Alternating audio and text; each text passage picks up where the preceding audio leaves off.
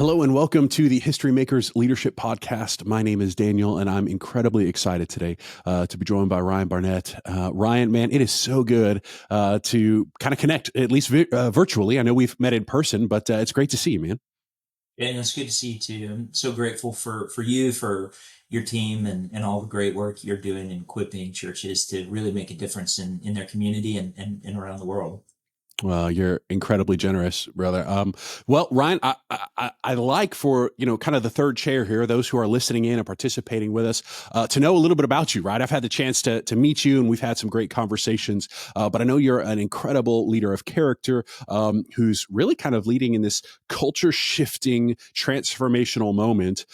Tell us a little bit about maybe some of your background, what kind of led you to where you are now, just kind of help us get a context here so that as people are listening in, they're going to be able to know where you're coming from and some of the insights that I think God has given you through your experience and your faithful walk with Him. Yeah, thanks, man. Well, I grew up in a small town outside of Houston, and I grew up in a Methodist church. It's probably not unlike many Methodist churches in that time. It was faithful people leading, providing for the growth development of families and kids. So grew up in Sunday school, Methodist Youth Fellowship, all of that. Um, but one of the things that growing up that somehow I missed, and I still, reflecting back, I'm not sure if it was just missing from the Methodist Church at that time, or if I just missed it, which I'm willing to Mm. confess that it was me. But I cannot for the life of me remember talking about the Trinity growing up in ways that allowed me to understand that God was living, breathing, moving in the world.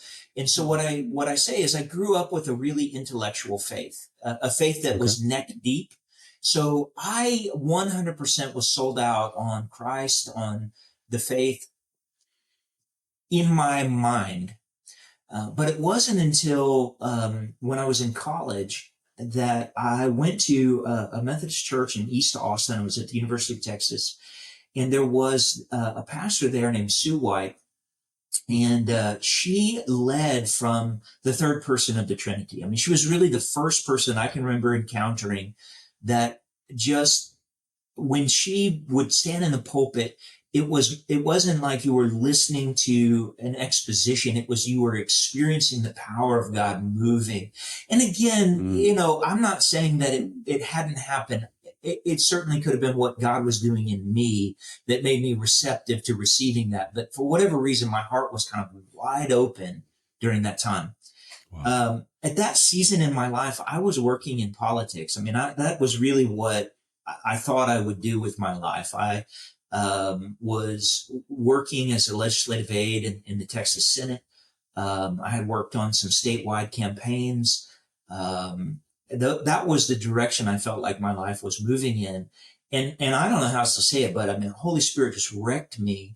Um, and, and in part, it wasn't as dramatic a shift as it may seem. I mean, my interest in politics had always been a desire to see the world work in more fair and just ways.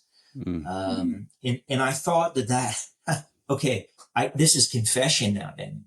I thought that the best avenue for that was the state house. Right. If we can Mm. create policy and legislative packages that Yeah. make the world function in a more just, equitable way, and there is certainly a place for that. Sure. But at the end of the day, the Lord really, in that season, opened my heart to the realization that you can enforce compliance on people with Right. law, Right. but deep change transformation into the kingdom of God requires the work of the church house. Yeah. It is a transformation of heart and mind, a total transformation of your soul. And so Mm. I uh, I had two job opportunities in front of me at the time. I had been volunteering at that little church in youth ministry and and I was working at the state house.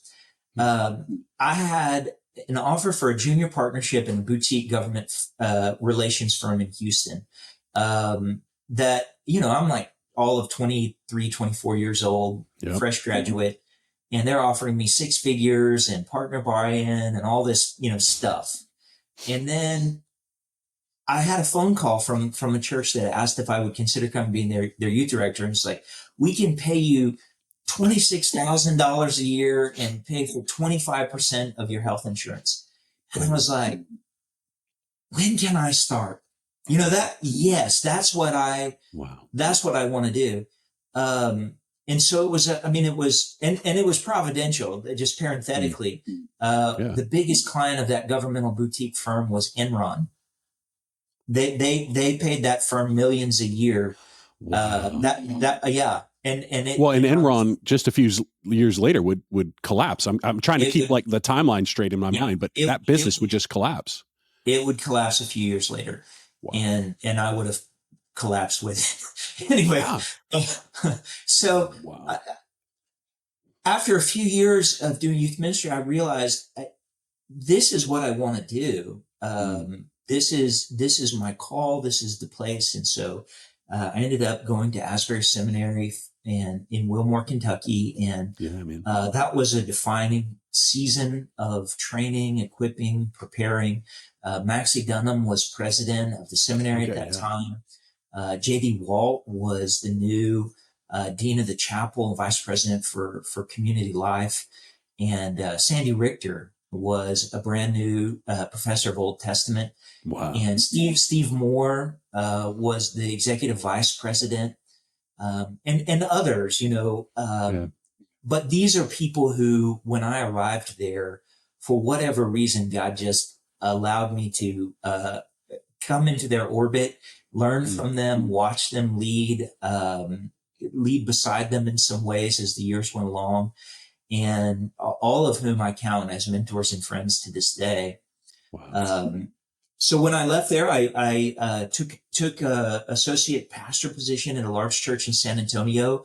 Mike Lowry was the senior pastor. Okay. And so I got to serve under him and learn from him.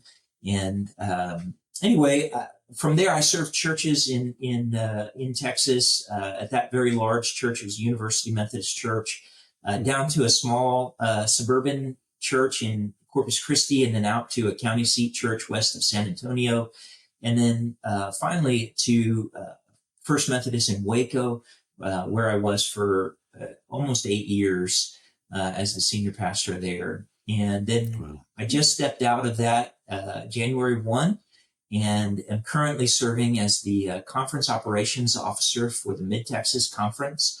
And I also serve as the senior advisor for advancement for the Wesley House of Studies at Baylor University.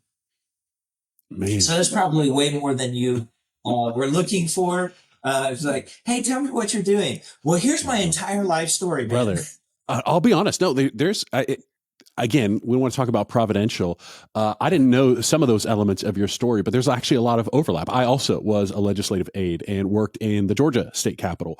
Yeah. Also grew up in a church that believed very much in Trinitarian doctrine, but understanding the Holy Spirit and His active work and role, and was I wouldn't say it was depressed, but it wasn't as taught or as clearly communicated. And so there's actually a lot of overlap in some of those elements to our story. I had a chance to work at a national, kind of political action committee. And similarly, God called me into discipling the mind of the church. And so saying, okay, God, what does that mean?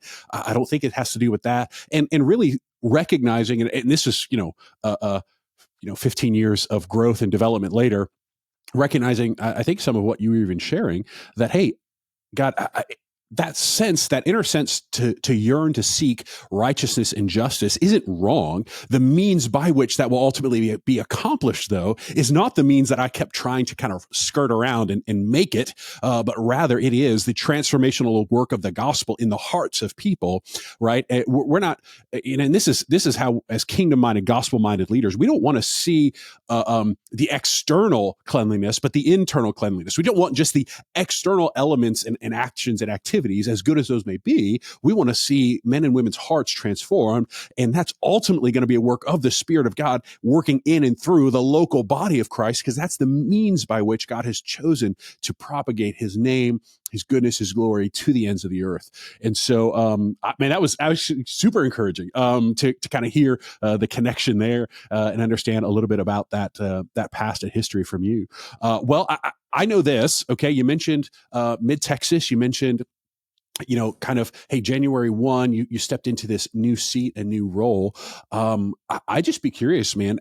You're in a kind of a key, critical, culture shifting moment in your context of leadership, and I know that no matter what our context for leadership is, as we are leading and guiding other people, there are going to be moments where we have to kind of navigate that culture shift. What are some of the things God's teaching you in the midst of that? Right? How do we do that without just totally obliterating whatever good is left in the culture? How do we do that without just running people over roughshod? People can sometimes be slow to adopt. We know we got adoption curve differentiation here. Like, what are some of the ways that you're seeing that as you're in the midst of living it? Yeah, that's a great question, Daniel. I mean, first of all, I think some of the culture that we're trying to change and that is changing is not the heart of what the movement is. So it's not like we have to change the heart of the church or the heart of the people or the heart of the True, yeah. mission. It is behaviors that have piled on. It is doctrines that have piled on. It's processes, systems that have piled on. Um, you know, it's the plunder the Egyptians but leave the gods behind kind of moment, I Okay. think, Yeah. for Methodists, for particularly for global Methodists. Um, in fact, I would suggest that what we're seeing in global Methodism is a recovery of primary identity, of the laying down and surrendering of some of the institutionalism that had piled up and around the movement. Um, at Asbury Seminary, in the center square of the courtyard, there's a statue of John Wesley. But one of the plaques there that haunted me from the day I arrived is his quote about, not fearing whether the people called Methodists should ever cease to exist, but whether they would surrender the spirit with which they first began. Wow. And for myriad reasons, we surrendered the spirit with which we first began. Mainly, we got educated and wealthy and comfortable and Americanized and Westernized. All these things, which happens to every great movement through the course of human history. Until there is a moment when the spirit moves in a way that begins to force the institution to fracture and break and releases the movement again. So all that to say, I think that for me, that's where we are. I mean, it's a wonderful moment of being allowed to question the box. Anybody who knows me, they're like, Ryan thinks outside the box. I'm like, no, I didn't know there was a box. The way God made my mind is, why would you even want a box? Yeah. In this expansive nature of God's person, character, what he's capable of, why would we want to limit or shrink down any of his ability and vision for us? So all to say, we are in a moment. It makes me excited. There's people that culture shift make nervous, and there's people who make them very excited. It makes me very excited. There you go. Here's why I think it's so important. We were in a learning cohort that where we were hearing from someone who studied the life cycle of churches and movements. I'm sure you've seen this stuff. It's like, well, this from where the church begins, and they run like this, and they hit this, and then when they get onto this this death spiral, they say, there's no coming back. That's what the presenter said. There's no way to come back. And it got real quiet and still in the room. This is all of the leaders of the GMC in our part of the world, 750 churches, with the 10 or 12 of us in this room. And it gets real still and real quiet. And one of the people says, that you just described most of our churches. Is it Is there no way? And the presenter was like, well, the problem is that the defining characteristic is they've lost vision. Mhm.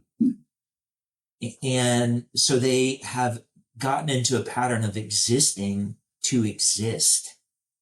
That is the goal, is to stay. And churches die when that becomes their goal, is to exist, to not die. And that's actually what causes the death. Yep. I mean, again, I couldn't agree more. I mean, to use the maybe quintessential phrase, preaching to the choir over here, brother. I mean, I think when leaders fail to consistently, clearly articulate a compelling vision, irrespective of the context of our Christian leadership, if we're not doing that, inevitably you end up in a position where visions diverge. And so, youth ministry now exists for its own subset of reasons. And, that subdepartment of your business exists for its own subset of reasons. And suddenly you start fracturing into local kingdoms, individualized, segregated, I don't want to say it, but selfish needs. And to your point, just kind of becoming really just self-focused in all those ways. And gosh, of any group, may it not be said of Christians, that we have become self-idolizing and self-focused when we have been called to be the least in the servant of all. I'd love you said this phrase, you use these two terms. And so I'd love to just kind of get your feedback, your thoughts on this. You use the term institutional and movement. And I have long believed that actually, so correct me if you think this is an incorrect belief, or what your impression is in the midst of where you are. I've long believed that the body of Christ, the church, it needs both.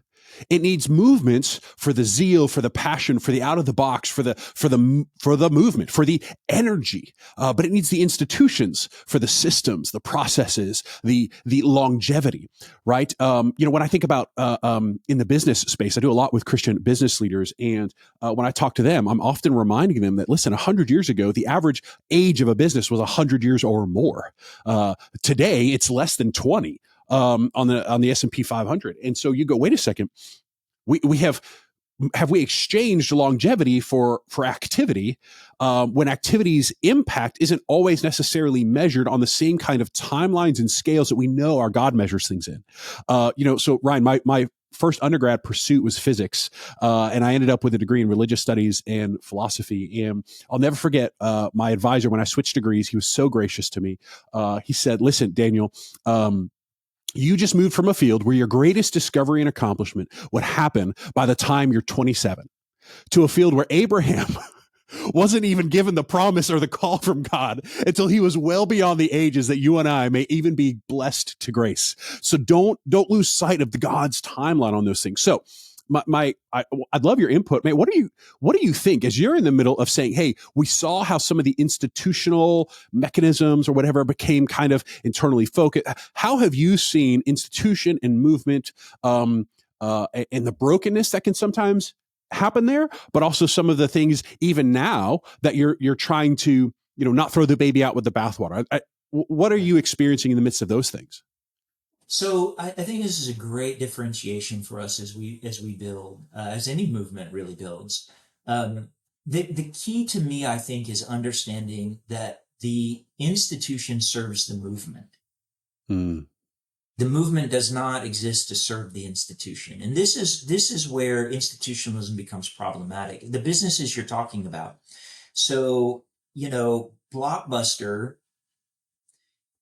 said, no, we have stores that people come into and look around, and they thought their business was having a space that people came into to pick up a copy of a DVD. That wasn't primarily the business. They were in the entertainment business. And so That's right. Yeah. but they held on to the institutions. Now, I'm not an expert in, corporate, whatever, but Sure. But this is to go back to those churches that, find themselves in the death spiral. They forgot what their business is. Their business is not holding the building up.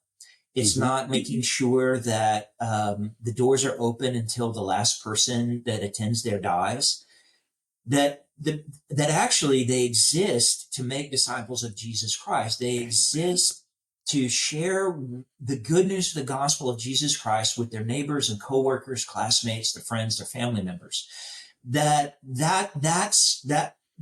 the building, that the committees, that the budgets, all of those things were crafted and created in service of the mission. And so if we're saying we can't do the mission because the institution doesn't allow it, that's where we have a problem. I'll be honest with you, like Large Writ in 2012, there was a lot that happened at General Conference of the United Methodist Church in Tampa, Florida in 2012. This is 10 years before the Global Methodist Church started. But I'm telling you, the Global Methodist Church started in 2012 because here's what happens. You have the theological disagreement about human sexuality on display. It's the same fight happening in the same ways. It's more, visible, higher tension and all of that. We existed through all of that through a long time. But a reform package passed in 2012 to reform the incredible bureaucracy of the denomination.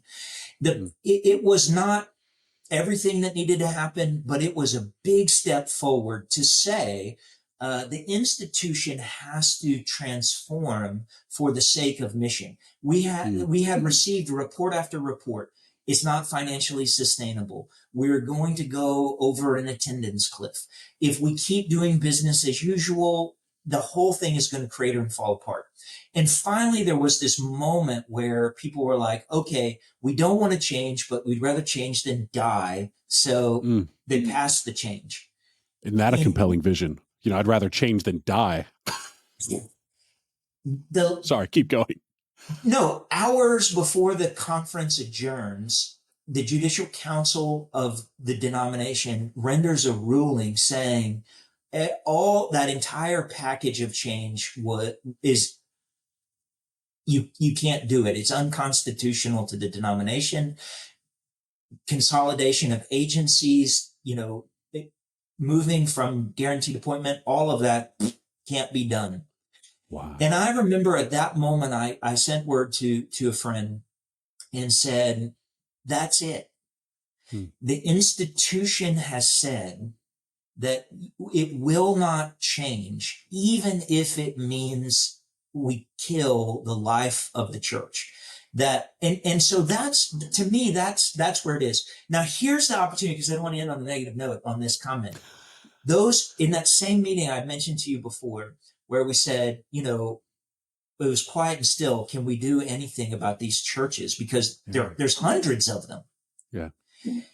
She said, well, it's the vision issue. And here's what the question we put back to the presenter was, look, in all of those churches, you suddenly have groups of people who are very excited about being a part of a new thing that God is doing called the Global Methodist Church.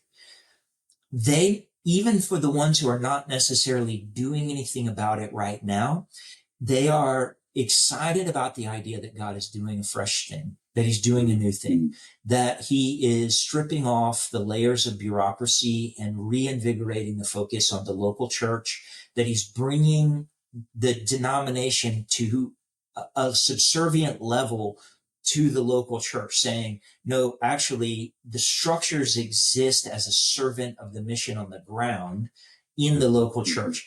They are excited about authentic connectionalism internationally. They feel like they are actually connected now with, like in our context, people in Costa Rica, people in Bulgaria, people in Rwanda, because those are our international partnerships. Yeah. So, 92-year-old Jane Smith in her church of, 67 people in a rural part of Western Texas feels connected with the 92-year-old widow in, Sophia, that her church does Bible studies, has had their pastor itinerate through. And so the question we put was, is it possible that that vision of the GMC large writ could be infectious in these local churches in a way that could break them out of the cycle and bring them back around to a new life in their local church? And then it was the presenter's turn to get really quiet. Mm. And of all the study and research that she's done, she comes back and says, I think it is possible. I don't know that it will have ever happened, but I don't know that anyone's had that kind of opportunity before. So she's like, we're going to be watching really closely. So to me, I'm always optimistic. And I'm just telling you, Daniel, this is one of the reasons why we've embraced ILI so heavily in Mid-Texas is we want that lady who's excited about what's happening around her to help connect that back into her community, to her neighbors, and do that for all of our leaders across the conference. No, I just love that vision. And, I think you're right. I think that what your churches and this movement has done is really, I don't know what word to use. It seems to be the most public, at the very least, of these kinds of transitions in our lifetime.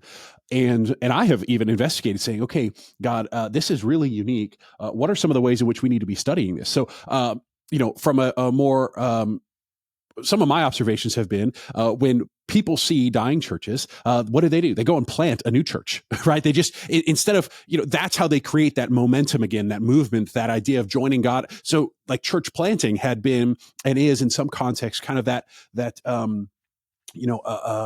bring with the novelty, the excitement, the energy, the passion, the zeal again. But you guys are in the midst of not just that. Like it is this kind of shift into a it has some established connections and roots and relationships, but it's birthing something that has new energy, life, and I think very well can be a different end to that same story. And I was a math guy, huge data science person. Those things are lagging indicators, not necessarily predictive. They just tell you what's happened in the past. It doesn't mean that this is the guarantee of all things into the future. And so, I really do think, not least of which because God tells us His church will prevail. So, but I really do think, God, you're doing something in the midst of this that no matter our denominational affiliations, whatever, there should be some eyes on, okay, God, what are you doing in the midst of this? And how are you kind of turning that dial in the lives of these believers? And, I'll just affirm, when you get well-equipped Christian leaders with a shared language for leadership that includes and incorporates their own devotional life, it is a transformational work. I'm constantly reflecting on the value of statements from great leaders, John Maxwell, Simon Sinek, some of these others that help teach great biblical or great leadership concepts. But I don't want that. I don't want my leadership to be divided from or an add-on to my followership of Jesus. I want it to be an extension of my followership of Jesus. So I'm constantly trying to look at that element. And man, Jesus was very clear about the vision, the kingdom that he was proclaiming in discipling his disciples into teaching and moving forward. And so when we kind of take and realign a whole congregation, or in this case, really a denomination, into seeing, hey, wait a second, these are what we're driving toward. It's revolutionary, right? I mean, you brought up Blockbuster and Netflix earlier, but gosh, is that not such a prime example where they had the chance to buy it? In fact, Netflix was desperate for them to buy it, but they wouldn't.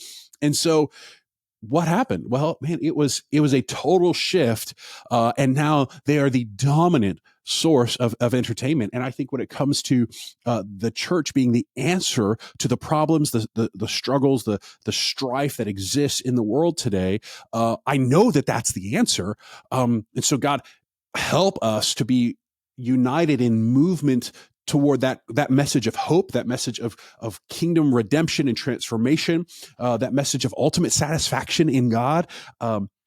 That is what's going to bring the kind of transformational hope and change we want to see in our communities and in our world, but also in our neighbor. And so your example even of a lady who's sitting there thinking of her friend in Bulgaria and her friend next door, helping to draw all of that together is just so essential for, I think, the larger global view for the kingdom that God's kind of stirring afresh and anew in our world today. I mean, you think I'm crazy here? Like that's just what I'm seeing, at least. No, Daniel, I think you're seeing what we're seeing on both micro and macro levels, that's taking place. And this is, I think, to kind of tie a bow onto it, that relationship between movement and institution. I prefer movements. I'm comfortable in a little bit of the mess and the chaos. But I recognize we need just enough institution to keep the movement from veering off course. So you need some guardrails to keep the movement moving in the right direction, and you need enough institution to keep the movement from running over people. Because to me, here's my vision of movement. Can I tell you? Yeah, please. Yeah, let's hear it. Yeah. Here's my vision of movement, and this was, 20 something years ago. I don't know if you know who Mark Swayze is. He's the pastor of Next Gen Ministry at the Woodlands Methodist Church. And Mark is one of my best friends. He was best man at my wedding. So we've been friends for a very long time.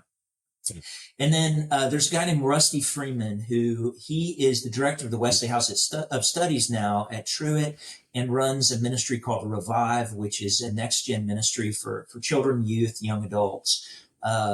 Anyway, Rusty, Mark, and I were all young guys, and we were all doing youth camps, youth ministry camps at the Conference Council on Youth Ministry in the old Southwest Texas Conference. So anyway, I'm preaching, Rusty's directing, and Mark is leading worship. Those were the roles. We were seeing, it was wild. The Spirit was running wild in these young people's lives. Kids were being called to ministry. It really is. It really is crazy what was happening. Demons were being expelled. Healings were taking place. It was just a powerful season of ministry. And so at that time, this will date us, but do you remember the song, Do You Feel the Mountains Tremble? Oh yeah. And there's a line in there about like fling wide, you heavenly gates, streets. Yeah. All this stuff. So wow. The kids are in there and they're bouncing up and down and singing and worshiping, and they're all in as young people are. They're just, their whole heart is on display. And I remember the last night before camp would end, they're singing that, and something just stirred in my heart. Just like a little irritation from the Holy Spirit that spills out to the kids. That's like, you have worshiped here. You've seen what God is doing. You've experienced his power among you. You know the truth of this now in this moment. And tomorrow we're going to release you back into your communities and your homes. And I know what you experience in your church is not necessarily what you experience here. And there's going to be pressure from your peers and even from some of your parents to quench the fire of what God has done inside of you. But my question is this: will you live what you're singing with the same kind of enthusiasm and passion? Will you really run through the streets proclaiming the good news of the gospel of Jesus Christ when it's not in a safe, sheltered environment like Mount Wesley camp we were in? Yeah, man. So, it was really, I was like on fire. So the next day, it's morning. We're all sleepy, bags under our eyes. We'd stayed up late worshiping the Lord, and kids are exhausted from a week at camp. And, parents had kind of come in. It's closing worship. Closing worship is always, it's like their suitcases and bedrolls are all stacked around the chapel. And it's like, well, it's been a great week. We love you guys. Pray for you, all right, here's a song by. So Rusty and I are standing in the back of the room. I'd finished, and that was it. One last song we're going to sing, and of course, so Mark picks up what had been the theme song for the weekend, and that song about Flynn White. Rusty and I are standing there talking, and so as we're talking, I become aware that there's a disturbance in the room, and kids are flying by. Kids are flying by us, and so we stop talking. We look up, and all of the kids have run out the doors. And Mark, I look up to the front, Mark unplugs his guitar and he starts running out the door, and he looks at Rusty on the way out and he goes, "We better hurry and get in front of them. We need to run." And he runs out the door. These kids have run out the door of the worship center into the street of Kerrville, Texas, and were running down the street singing this song at the top of their lungs through the neighborhoods. And so Mark and Rusty and I kind of go sprinting out after them, trying to get in front of them so that we could guide them back around and into the worship center, where their parents are like, "What just happened?" Now, here's the thing. Guys like me, we talk in leadership hyperbole, and, we rally the troops. And occasionally the Spirit moves in a way that the people of God start running. Yeah. And then we have a choice. Do we say, "Get back in here. I was speaking in parable. I don't actually mean it." Or do we do what Mark said we have to do? We need to run out in front of the people now. Because they're ready to go. That's right. So does the institution serve the movement, or does the movement serve the institution? That's a really important question right now. Here's my sense. What you said historically, we are having a mini Reformation. It may not be the Protestant Reformation, but it's the Methodist Reformation. And the movement, the people of God are ready to run for the gospel. Amen. This is my sense of it, Daniel. We told the people, "Hey, you have to make a really hard decision about what you believe about the gospel, about the Bible, about the authority of Scripture, about the person of Jesus Christ." And it was the first time in a few generations Methodist people have ever been told they have to make a hard decision about those things, because we largely operate in a pluralistic mindset. Like, we celebrated the notion of being a big tent. Yeah. We forgot it's narrow is the way that leads to eternal life. Like, "Oh, it's a big tent." No, actually, the pen is huge. The pen has room for everyone who enters the narrow gate. So yes, of course, the Scripture says, "Everyone who calls on the name of the Lord can be saved, and anyone who does is." Yeah. Everyone can be, and anyone who does. So my sense is they made this hard decision, and in many cases walked away from, the cemeteries where their ancestors are buried, the sanctuaries where they got married, and where they said goodbye, sometimes to children and family members. Anyway, and so now here they are on the other side, and they go, "Okay, so it turns out what we believe and how we practice it does really matter. So what is it that we really believe? We want the Scripture. We don't want your philosophy. We don't want your, 7 healthy habits of effective this or that." Yeah. Those are all good resources, but none of that matters for what we're about. We need Christ at the center. And so I think that's the moment we're in, brother. I think we have to run because our people are on the move. The gospel is on the move. Amen. And we need to be out front running as fast as we can, saying, "Let's go this way." And, I would love to hear from you. I mean, because you have been out front running even before some of this stuff came. Sure. So you tell our folks who are tuned in, dialed up, say, "Yeah, I am running." Where are we headed? I mean, where can this go? this is my observation is God he is renewing and reviving. And I think, you mentioned 2012 as kind of that pivotal moment for some of Methodism, but I would say the larger global church, even post COVID and in the midst of COVID, because that was there are moments where history confronts the reality of our beliefs and the foundations of our beliefs. And I think it's in those moments that really God helps the church, helps his people to confirm, refine, clarify the sincerity of those beliefs, the legitimacy of those beliefs, the foundations of those beliefs. And, we would use the theological phrasing or visual of sifting, right? But just very practically, it causes us to kind of go, okay, what do I think here?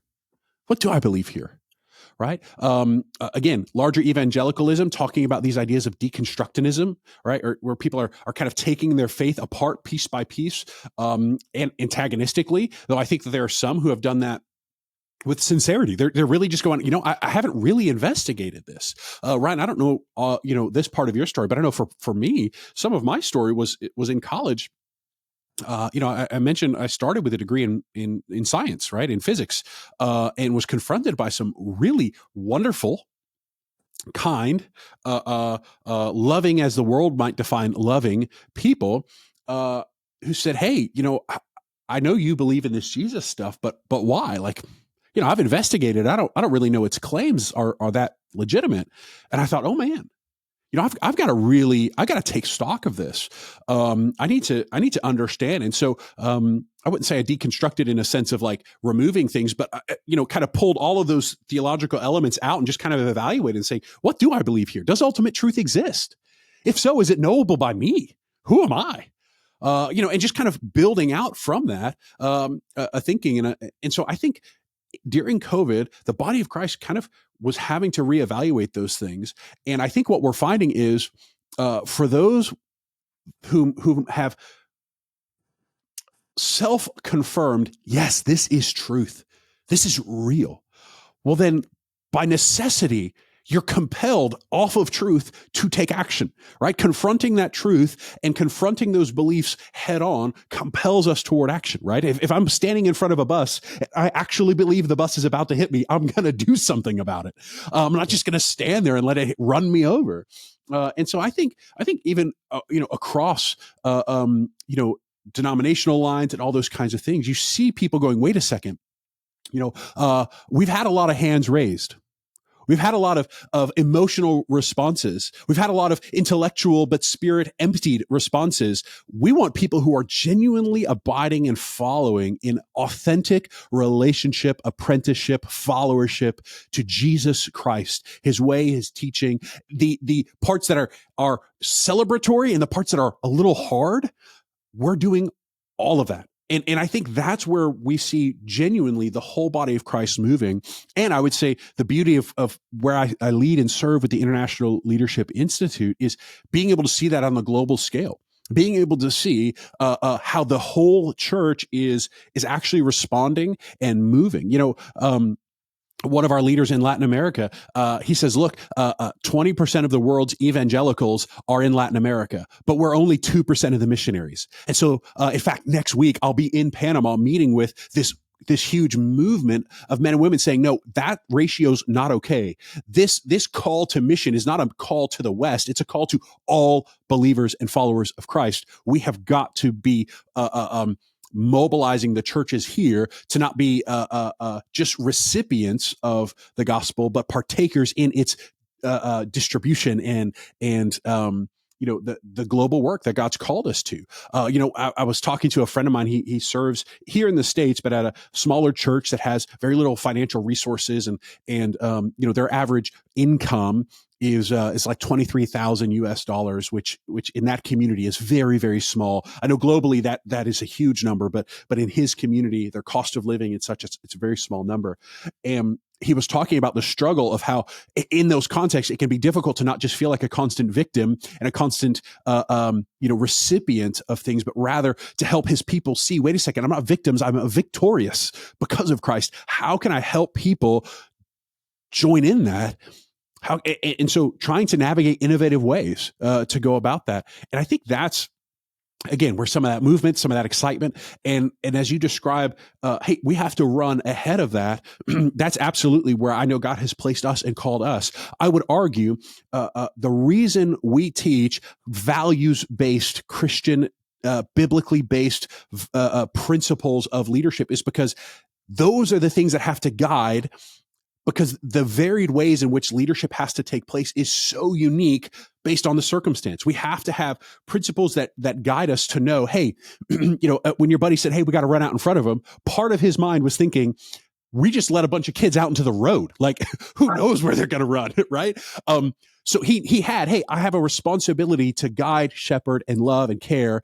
And that was balanced by, they are trying to physically enact the very thing that I want them to do, which is to proclaim with boldness and joy the transformational truth of the gospel. So I'm going to run out in front of them because I know how to run back in a circle that's going to lead them back here for their safe return into some normalcy. But I also know that I cannot squelch, God, what you're doing in the midst here.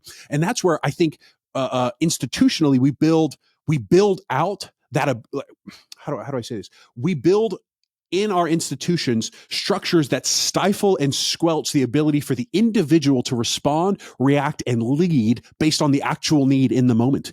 We end up systematizing and processing to such the degree that they no longer have the freedom to respond and move. And what I think God is doing right now globally is he is reinvigorating the whole church,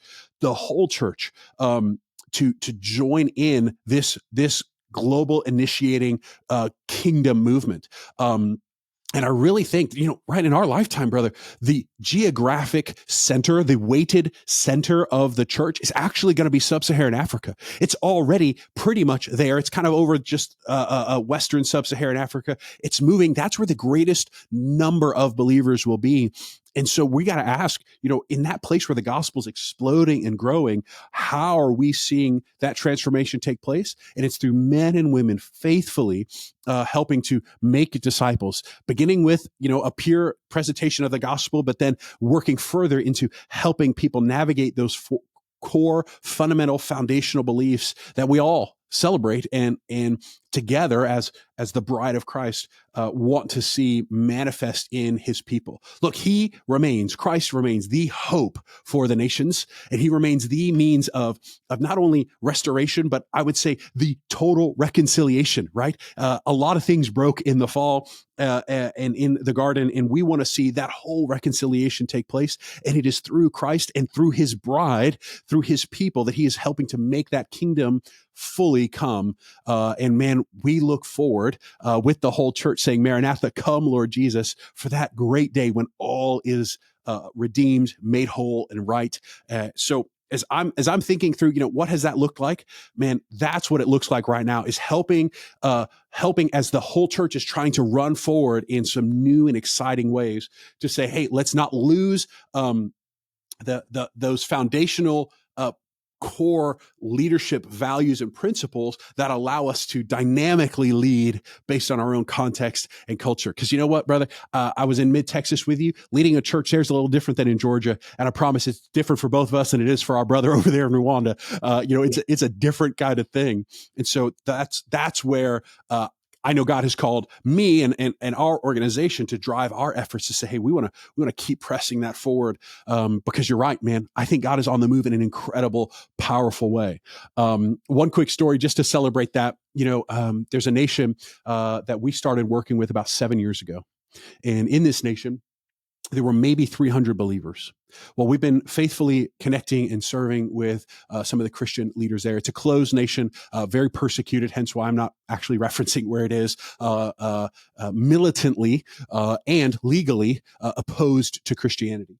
Well, a number of years ago, a baptism testimony was released and shared in a public way, and it created a public outcry. The community was upset over this conversion.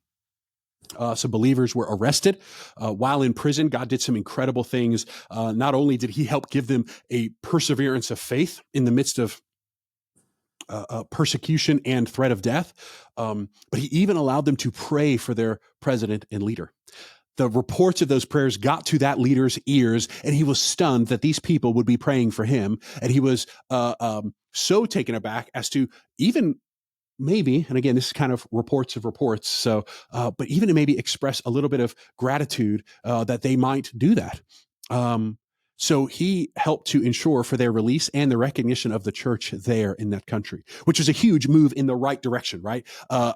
For those peoples. But it even gets better than that. Since that time, that's about 24 months ago, another 200 people have come to faith, so that we're seeing that in these 7 years, a more than doubling of the number of believers there, and an ongoing recognition and maybe even some protection from the state for this fledgling group of believers. So all that to say, brother, God is absolutely on the move. His people are running out of those gates, and it's, I think, incumbent upon us as leaders in positions of influence, both in our organizations, but also just within our communities and within the faith community at large. We have to step in and say, okay, how do we help that vision, that excitement, that boldness be caught by the whole church, so that we can see the ends of the world reached and the gospel proclaimed to our neighbors and to those who have yet to even hear his name.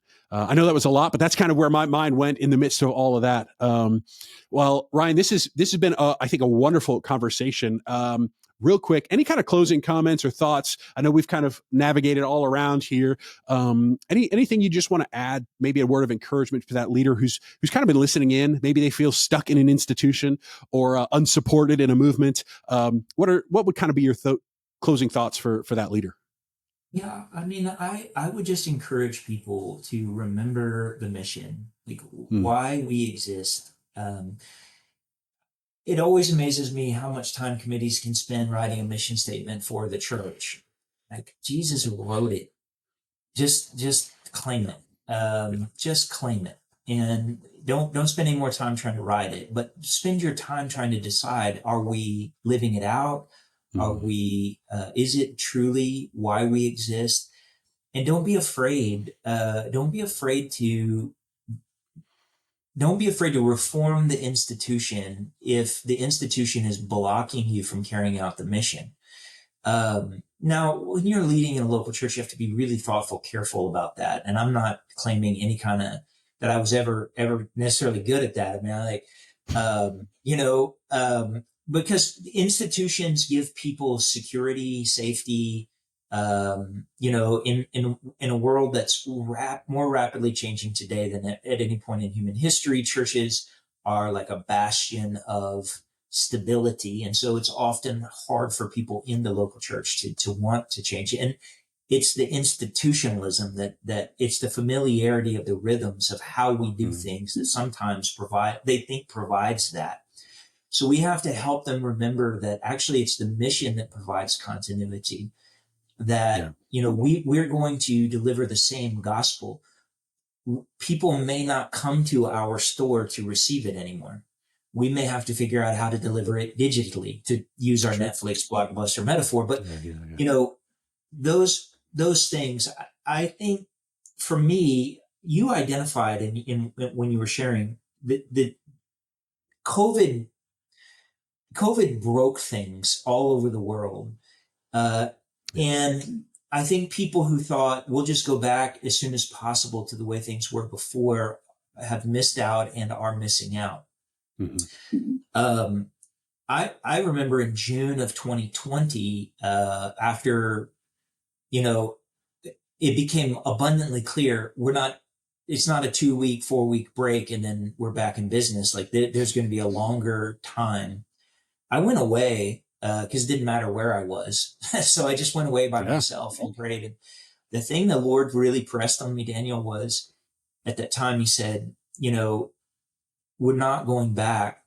And the days of, kind of the program church are coming to a close, which was terrifying for me because I led a big program church. I was good at it. There was a reason why at, 40, I was at one of the largest churches in our denomination leading it. It was like, I knew how to set that up so that parents, drop your kids off at this desk and you won't see them again, and we'll take care of them for you. And don't worry, we'll take care of that for them. And we'll entertain them over here. And then you come here and, we've got social groups and this and that and everything for everyone. And then all of a sudden, no program can run. And it's like, we're like, oh, hey, you need to disciple your children now. I'm like, how do we do that? Yep. No one ever told us how to do that. You told us to check them in at the registration desk and that you would take care of it. And like all of a sudden we can't. Anyway, that's more than maybe, but to bring it home, this is where, as you say, I think we should in the West be embracing that, the shift of the center of gravity for Christendom, because we need to return back to household centric discipleship, where disciples are being produced primarily in the home, a priesthood of all believers, where we don't outsource leadership to our paid people, but in the same sense of the relationship between movement and institution that we've been talking about, the paid people are there to serve the people and the movement of the people, not to absorb all of their leadership into single. And man, I mean that all of that really wrecked me, and I'm still in the process of figuring it out, to be honest with you. But I do know this. My partners in Latin America, in Africa, they understand, the ministry has to be born by the people. They're not just the recipients of the ministry. Right. They are the doers of. And so things like leadership training, ILI, are critical for the equipping and empowering of the people to carry the ministry forward. It has to happen in homes. It has to happen in neighborhoods, classrooms, cubicles, and companies all across the country. So I'm encouraged. I'm encouraged by what I see happening. I'm excited about the future. We know the church prevails. I think part of what makes me excited was I didn't realize that I get to run at least half of my professional life in ministry in an expansively growing, evangelically minded, and by that I mean the evangelion. I mean, I'm not politically. I mean, excited about sharing Jesus. Yeah. That's radically connected with the global church.